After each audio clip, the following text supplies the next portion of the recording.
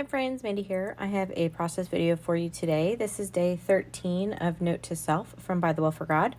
This day was written by Angela.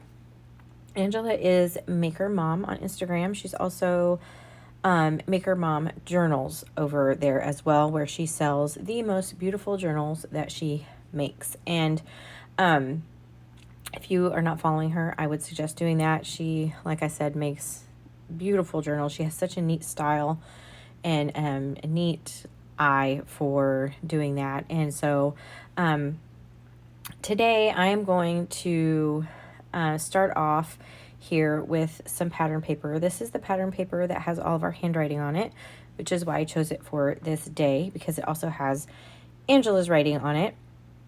And she has the most beautiful handwriting. She does a lot of like calligraphy and hand lettering and stuff in her journals. And so I thought this would be a fun way to kind of make a nod to that. And then I want to create an envelope here. So I'm using this paper that looks like manuscript paper. This is one of the pattern papers. And I've shown this on my channel before, how this mini envelope punch board. And so I'm just creating a little envelope to go with that. So Angela is one of the only creative team members that I have not met in person. She's the only one. And the reason for that, last year she was not able to come to the retreat because she is a very busy mom and homeschooler. We have that in common. And so I kind of wanted to add this little manuscript paper as kind of a nod to that as well.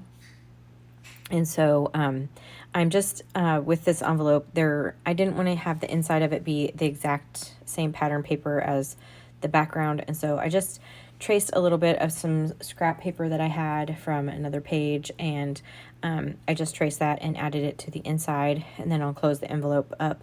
And that way it just will look like it has a different pattern on the inside. I just was afraid it would get too lost if I left it the other way. So, here I'm just going around distressing everything with archival ink in ground espresso.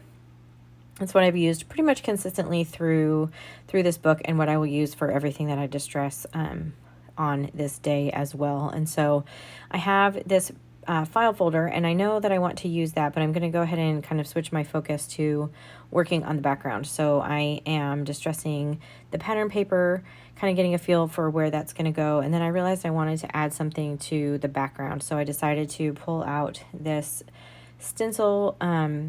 It released this month. I can't remember the name of it, but it's got the handwriting on there. And I'm just making sure that I get this so that I have the part of this stencil on this left side that says sealed. And then I'm just using Distress Oxide ink in Broken China for the stenciling on this. And then I will continue that over on the right side using that same stencil, but I'm not going to have that section that says sealed. I just put some words in there instead so that it doesn't look like the same exact stencil being repeated. And just making sure that I am having enough stenciling that's going to cover up all of the exposed area. And then one of the other things that I love about Angela's style is when you look at her journals, there's just so many neat little details and things. And so I wanted to add another layer of interest here. So I am adding some hymnal paper behind my pattern paper here to add a little bit of just another layer. Again, just kind of, I cannot mimic her style because she just has a very special, she has a very special gift when it comes to that. And so I really like her style, obviously. But I did want to kind of just add a little bit of just another layer of interest here. So I used this hymnal paper, and the hymn that I actually chose for this is What a Friend We Have in Jesus. And I could have used anything really, because you can't really see too much of it, but I did choose it specifically because her day is talking about being persecuted, and you know, for Christ's sake, basically. That is her, in fact, one of her focus verses is in Matthew 5:10 in the Beatitudes, when it says, "Blessed are those who are persecuted for righteousness." And so it just made me think of that, even when in the midst of all of that, you know, we have a friend in Jesus. And so, like I said, that's just one of those little things. I know the last several videos I've done going through these pages, I have kind of included my thought process behind that. Sometimes there's a reason behind it, and sometimes there's not. Like I said, I could have put any music paper behind there, but that's just what I chose to add for this particular page.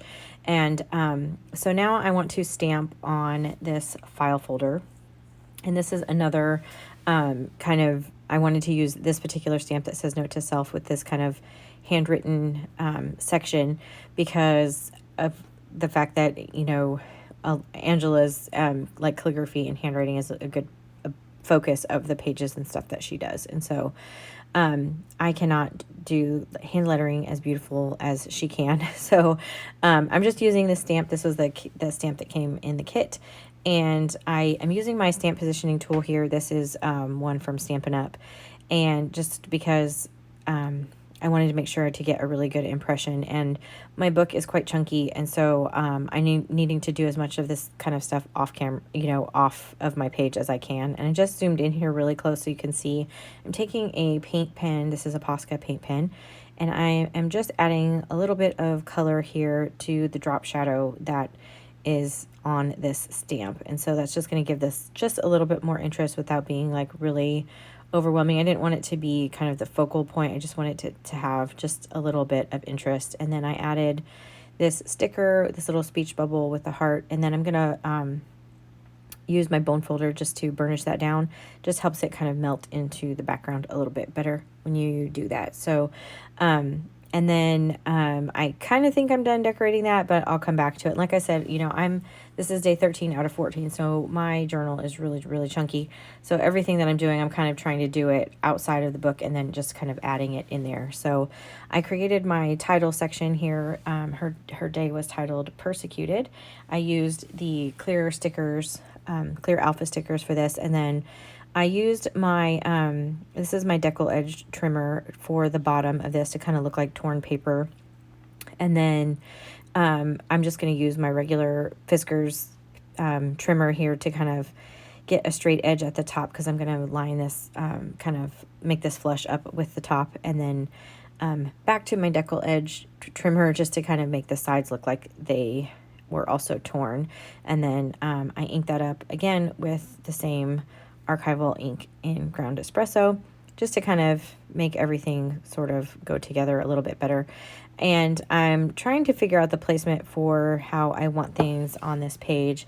I know I want to put her picture over here on the little envelope, and have my little file folder over here on the right. You can see every time I put something on the left side, it just falls down because it's so chunky over there. So I ended up gluing down the file folder just to create like a little pocket, so that things don't really fall out of it. And then I wanted to add some fabric.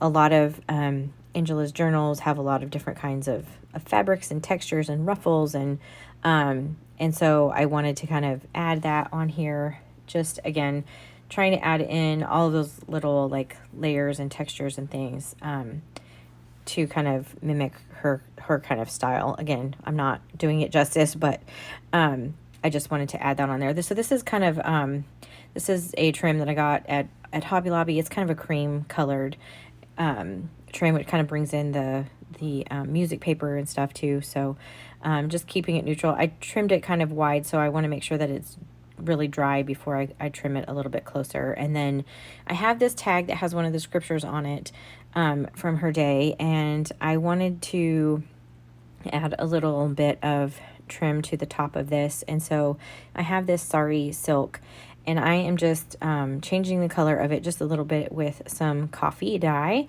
And again, this is kind of a nod to a lot of the, you know, Angela does coffee dyeing and that kind of stuff too, with some of her things. And so like, well, just kind of liking that, you know, the antique kind of look. And so I just I colored that with some coffee that I keep in a little spray bottle on my desk, and then I dried it, and then I trimmed off the edges of the the ribbon there. And now I'm going to kind of bring in all of my little pieces and try to just figure out a good balance for them.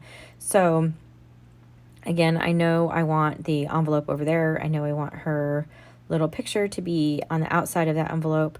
And then my title is going to be over there. I'm just tucking it right there just to kind of hold it in place because it keeps falling.